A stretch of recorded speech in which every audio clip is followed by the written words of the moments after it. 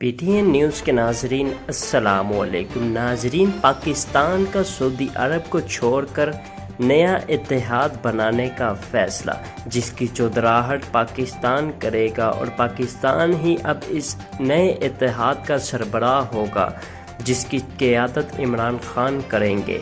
امریکہ اور سعودی عرب کی بھارت سے بڑھتی ہوئی رفاقت کے بعد پاکستان اور سعودی عرب کے مابین بھی فاصلوں میں اضافہ ہو گیا ہے، اور اب یہ سوال کیا جا رہا ہے کہ کیا پاکستان نے امریکہ اور اس کے مسلم اتحادی سعودی عرب کو چھوڑ کر چین، ترکی، ایران اور پاکستان پر مشتمل ایک نیا اتحاد تشکیل دینے کا حتمی فیصلہ کر لیا ہے؟ ایک بڑا سوال یہ بھی ہے کہ کیا چین پاکستان کے لیے سعودی عرب کے متبادل کے طور پر اتنا ہی کارآمد ثابت ہو پائے گا یا نہیں؟ مقبوضہ جموں کشمیر کے معاملے پر جب پاکستان کو سعودی عرب کی حمایت حاصل نہیں ہوئی تو اس نے اس معاملے پر پہلی دفعہ کھلے عام اپنے تحفظات کا اظہار کر دیا اور سعودی عرب کے کردسر پر تنقید کی۔ یاد رہے کہ گزشتہ دنوں وزیر خارجہ شاہ محمود قریشی نے مسئلہ کشمیر پر انڈیا کے خلاف اسلامی ممالک کی تعاون تنظیمی یعنی OIC کا ساتھ نہ دینے پر سعودی عرب کو تنقید کا نشانہ بنایا تھا۔ شاہ محمود قریشی نے کہا کہ میں ایک بار پھر OIC سے وزرائے خارجہ کا اجلاس بلانے کی درخواست کر رہا ہوں۔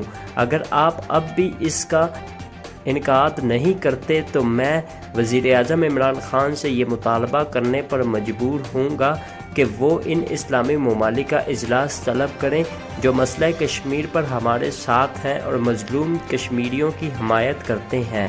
یاد رہے کہ سعودی عرب مسئلہ کشمیر پر ایک طرح سے بھارت کا ساتھ دے رہا ہے اور پہلے ہی انڈین آئین میں جموں کشمیر سے متعلق آرٹیکل 370 کے خاتمے کو بھارت کا داخلی معاملہ قرار دے چکا ہے۔ واضح رہے کہ OIC میں بنیادی طور پر سعودی عرب کا اثر و رسوخ ہے۔ پاکستان کے تنقیدی تبصرے کے بعد سعودی عرب نے پاکستان کو 2018 میں دیے گئے 3.2 ارب قرض میں سے $1 ارب فوری طور پر واپس مانگ لیے تھے۔ اس کے علاوہ سعودی عرب نے قرض کی عدم ادائیگی کے سبب رواں برس جنوری سے پاکستان کو ادھار تیل دینا بند کر دیا ہے۔ پاکستانی میڈیا میں بھی شاہ محمود قریشی کے بیان پر بھی تنقید ہوئی ہے، کیونکہ تجزیہ کاروں کے مطابق اس سے پاکستان پر قرض واپس کرنے کا دباؤ بڑھ گیا ہے۔ ماہرین اور تجزیہ کار اسے سعودی عرب سے متعلق پاکستان کے رویے میں ایک بڑی تبدیلی کے طور پر دیکھ رہے ہیں۔ سیاسی مبصرین کے نزدیک پاکستان کے متعلق سعودی عرب کے رویے میں آنے والی اسی تبدیلی کے بارے میں اسے عالمی سطح پر رونما ہونے والی تبدیلیوں کے طور پر دیکھا جانا چاہیے۔ یہ ایشیائی ممالک کے مابین بدلتے توازن کی وجہ سے ہے۔ امریکہ اور چین ایشیائی ممالک میں اپنا توازن قائم کر رہے ہیں۔ سعودی عرب روایتی طور پر امریکہ کا اتحادی رہا ہے اور اسلامی دنیا میں سعودی عرب کا تسلط رہا ہے۔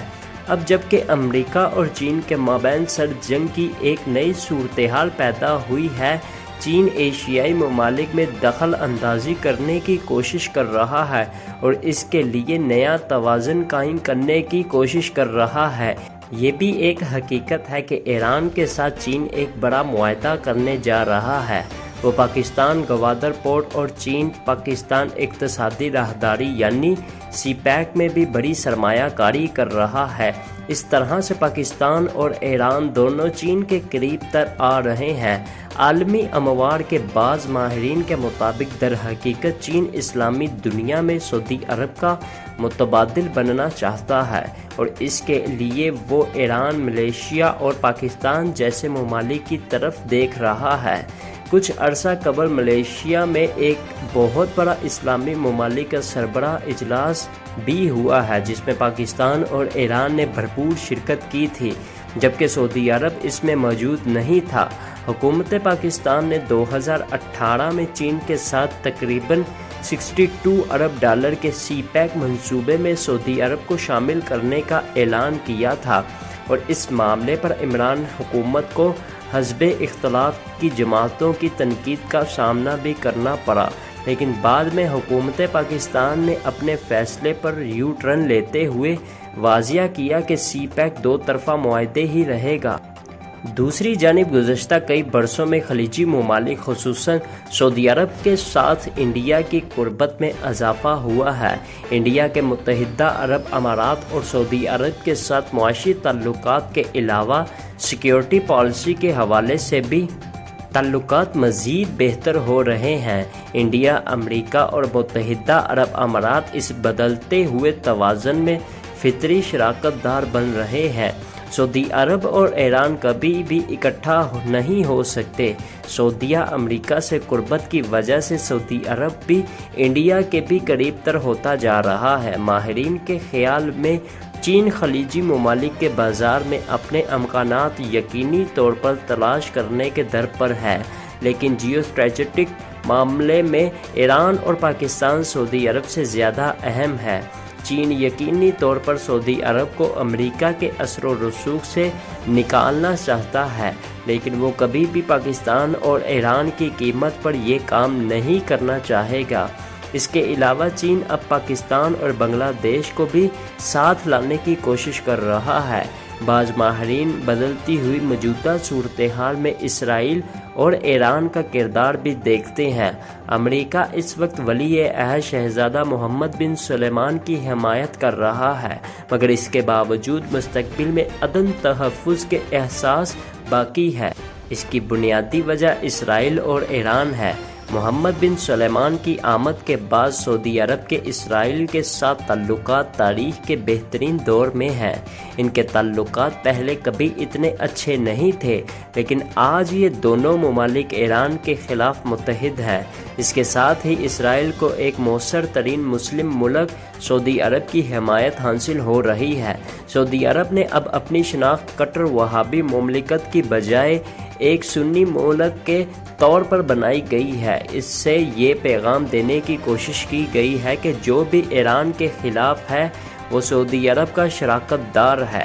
اب سعودی عرب، انڈیا اور اسرائیل ایک طرف ہے کیونکہ وہ امریکہ کے ساتھ ہیں، دوسری طرف مشرف کے دور سے پاکستان آہستہ آہستہ چین کے قریب تر ہوتا جا رہا ہے۔ اسرائیل اس توازن کو بنانے میں بڑا کردار ادا کر رہا ہے اور وہ ایران کا سخت مخالف ہے۔ عالمی اموار کے اکثر ماہرین اس نقطے پر متفق ہیں کہ اگرچہ پاکستان اور سعودی عرب کے درمیان یقینی طور پر کشیدہ صورتحال ضرور پیدا ہوئی ہے، تاہم اسے دشمنی نہیں کہا جا سکتا۔ اس پر شاہ محمود قریشی نے کہا ہے کہ عمران خان چین، ترکی اور ایران کی مدد سے جلد ہی ایک نئے اتحاد کا اعلان کریں گے، جس کی سربراہی پاکستان کرے گا اور مسلم ممالک کے بیشتر ملکوں کو دعوت دی جائے گی اور سعودی عرب کو بھی اس میں شرکت کے لیے بلایا جائے گا۔ اسلام آباد میں اس کی میزبانی پاکستان کے وزیر اعظم جناب عمران خان کریں گے، جس میں سب سے زیادہ مسئلہ کشمیر اور فلسطین پر کیے جانے والے مظالم کے خلاف مسلم دنیا کو کوئی نئی حکمت عملی پر غور کرنے کے لیے کہا جائے گا۔ دوستو ہمارے چینل کو سبسکرائب کر دیں تاکہ ہماری آنے والی ویڈیوز بر وقت آپ تک پہنچتی رہیں۔